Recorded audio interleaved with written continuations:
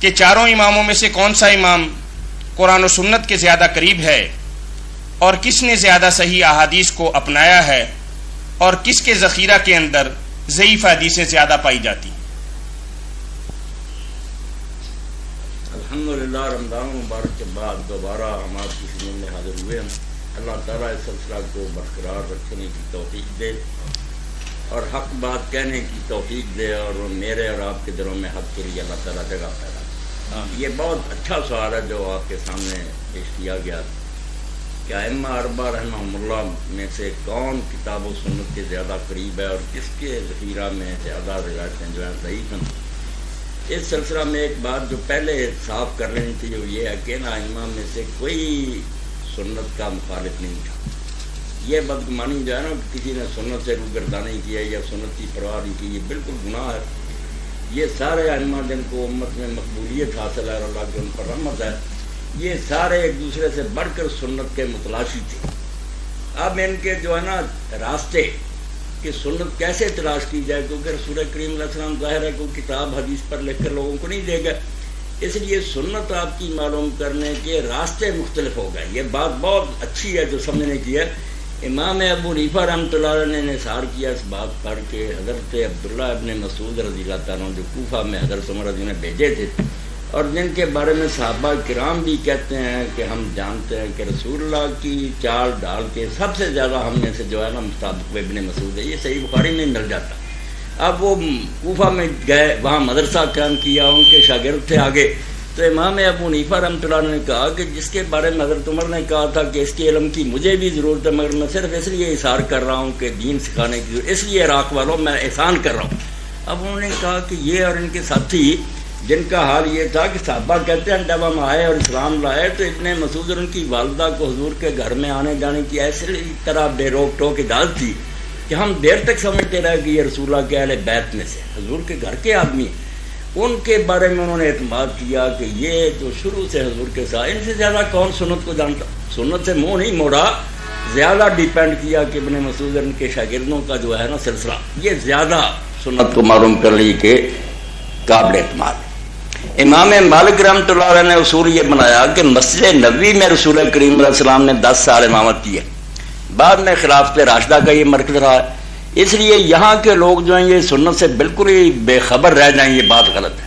اگر کوئی کام آپ نے کبھی کبھار کیا تو ہو سکتا ہے وہ کیا ہو کبھی، مگر سنت جو قائمہ ہے نا وہ وہی ہے جو مدینے کے لوگ کرتے ہیں۔ مدینہ کے لوگوں میں اگر اختلاف ہو الگ بات ہے، ورنہ صحابہ اور ان کی اولاد اگر ایک ہی کام کر رہے ہیں، مثال کے طور پر انہوں نے کہا کہ میں نے سنا کہ حضور نے جنازے میں کبھی فاتحہ پڑھی، وہ کہتے ٹھیک ہے، مگر مدینہ میں کون اہل علم پڑھتا، روز جنازہ ہو رہا کوئی پڑھتا ہی ہے، اس لیے مدینہ سارا ہی بے خبر رہ گیا۔ یہ عمل اہل مدینہ کو اپنے دور کے انہوں نے ترجیح دی کہ سنت کو معلوم کرنے کے لیے مدینہ والوں کے رواج سے بڑھ کر کوئی شے نہیں۔ مدینے میں حضور رہے ہیں یا خلفاء، اب آپ سنتے جائیں بات، سنت کو معلوم کرنے کے لیے جو ہے نا طریقہ کیا ہو۔ جب آئے امام شافعی رحمۃ اللہ علیہ، انہوں نے اس بات کو چھوڑ کر وہ اہل حدیث والا نقطہ نظر اپنایا کہ ہم نہ مدینہ والوں کو دیکھیں گے، نہ ابن مسعود ان کے شاگردوں کو دیکھیں گے، ہمیں جو روایتیں پہنچی نا کہ فلاں کہتا میں نے فلاں سے سنا، فلاں سے سنا، حضور نے یہ کیا، یہ روایت جو ہے اس پر زیادہ انحصار امام شافعی نے کیا۔ پہلے نہیں لوگ کرتے تھے، پہلے اپنے شہر اور علماء پر اعتماد کرتے تھے، انہوں نے روایتیں لینی شروع کی کہ کسی شہر کی ہوں راوی پختہ دیکھے جائیں۔ اس لیے امام شافعی رحمۃ اللہ علیہ کو آپ سمجھ رہے ہیں کہ مسلک اہل حدیث کے وہ بانی ہیں۔ یہ جو ہے نا کہ روایت سے دین لیا جائے، اس کا آغاز انہوں نے کیا۔ اب وہ ابتدا تھی، تلاش کیا مگر رہ گئی چیزیں۔ ان کے شاگرد جو تھے پھر امام احمد ابن حنبل رحمۃ اللہ علیہ، ان کو بہت موقع ملا، پھر یہ شہروں میں گھومے، حدیث کو اکٹھا کیا، حتیٰ کہ امام شافعی رحمۃ اللہ علیہ استاد ہونے کے باوجود انہیں کہتے تھے کہ احمد اگر کوئی حدیث تیرے علم میں آئے صحیح تو مجھے بھی بتا دینا، کیونکہ تو نے اس سلسلہ میں زیادہ محنت کی ہے۔